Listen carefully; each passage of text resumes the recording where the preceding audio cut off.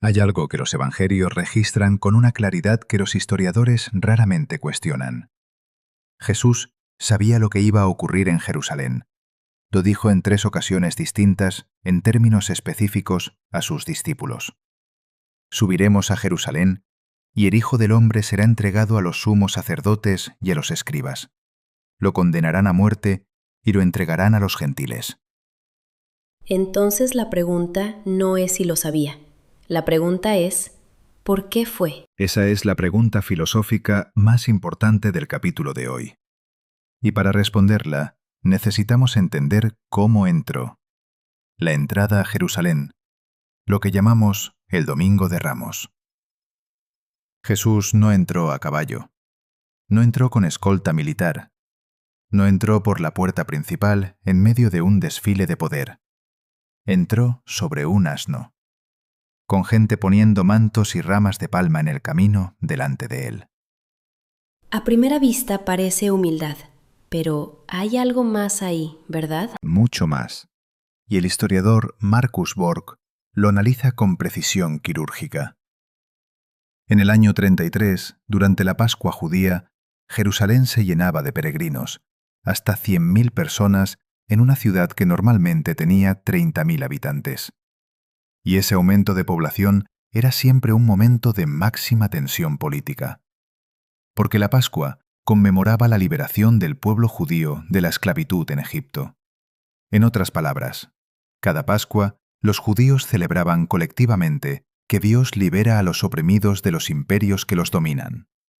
Para Roma, eso era políticamente explosivo.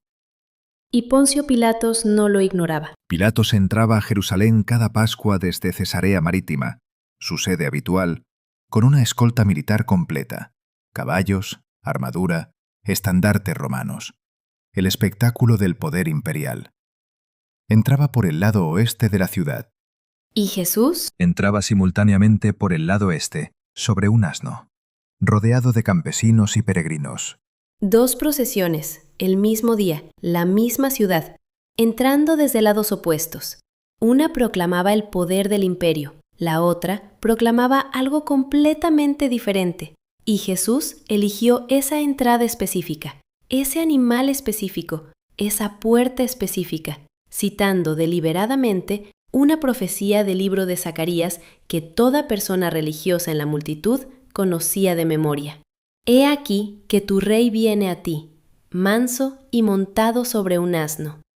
Esto no fue espontáneo, fue coreografía política. Y una vez dentro de la ciudad, ocurrió el único acto de violencia física que los evangelios atribuyen a Jesús.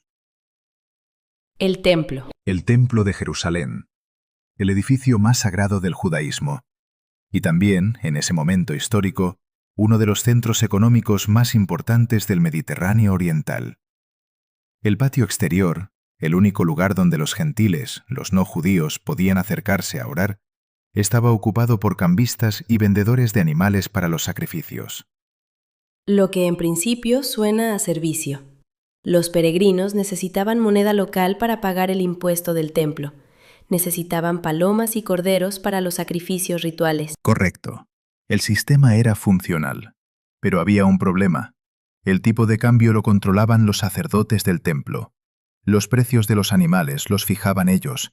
El espacio mismo del patio lo arrendaban las autoridades del templo. En otras palabras, el único espacio destinado a la oración de los que estaban afuera, los pobres, los extranjeros, los marginados, había sido convertido en un mercado que generaba ingresos directos para la aristocracia sacerdotal. El lugar para los que estaban fuera fue tomado por los que ya estaban adentro. Y Jesús entró, volcó las mesas de los cambistas, liberó las palomas y dijo una frase que los evangelios registran con ligeras variaciones, pero con el mismo núcleo. Mi casa será llamada casa de oración, pero ustedes la han convertido en cueva de ladrones. Ese es el único momento en todos los evangelios donde Jesús actúa físicamente con violencia. Y es significativo que lo hiciera ahí. No contra Roma, no contra Pilatos, contra el sistema religioso que decía representar a Dios, mientras exprimía a los más vulnerables. El académico N.T. Wright lo llama el acto más público y políticamente cargado del ministerio de Jesús. Y tiene razón, porque después de ese momento, el reloj empezó a correr. Las autoridades del templo ya no podían ignorarlo. En una ciudad con 100.000 peregrinos, durante la festividad más cargada políticamente del año, alguien acababa de entrar al corazón del poder religioso y había actuado. Eso tenía un solo destino posible. Y entonces llegó la última noche. La última cena. Una habitación en Jerusalén. 13 personas alrededor de una mesa. La cena de Pascua, el Seder, la celebración más importante del año judío. Y Jesús, que sabe exactamente lo que ocurrirá antes del amanecer. Elías, ¿puedes escribir ese momento sin la pintura de Da Vinci en la cabeza? Sin el arte, sin la iconografía, solo el momento humano. 13 personas, una habitación prestada, comida simple, pan sin levadura, cordero, vino. Y un hombre que sabe que uno de los que están en esa mesa lo va a entregar esta misma noche, que otro lo va a negar 3 veces antes del amanecer, que el resto va a dispersarse de miedo. Y aún así, sirve el pan. Aún así, sirve el vino. Aún así, se arrodilla y les lava los pies. No porque no sepa lo que viene, sino porque lo sabe. Ese es el momento más humano de toda la historia. Y el más filosóficamente denso. Porque en ese acto, servir a las mismas personas que lo van a fallar de las maneras más fundamentales posibles, está condensada toda su enseñanza. No el amor que se da cuando es fácil, el amor que se da cuando ya sabes el precio. Y después de la cena, fue a un jardín llamado Getsemaní, al pie del Monte de los Olivos. Y ahí ocurrió algo que los evangelios registran y que me parece el momento más importante de toda la narrativa. Lucas lo registra con un detalle médico que los historiadores han debatido, que en ese jardín, en esa noche, Jesús sudaba gotas que parecían sangre. La medicina moderna tiene un nombre para esa condición, hematidrosis. Ocurre en estados de estrés extremo. Es real, es documentable.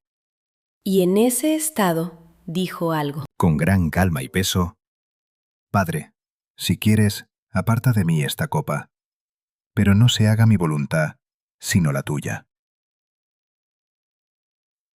Esa no es la voz de alguien invencible.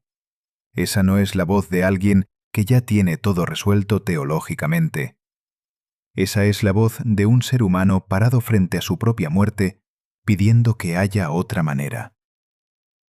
Y no la hubo. Pocas horas después, los soldados llegaron al jardín, guiados por alguien que conocía el lugar. Lo que vino después fue la maquinaria del poder imperial funcionando exactamente como fue diseñada, rápida, eficiente, sin apelaciones. ¿Qué pasa cuando el sistema que tienes que enfrentar controla absolutamente todas las reglas del juego?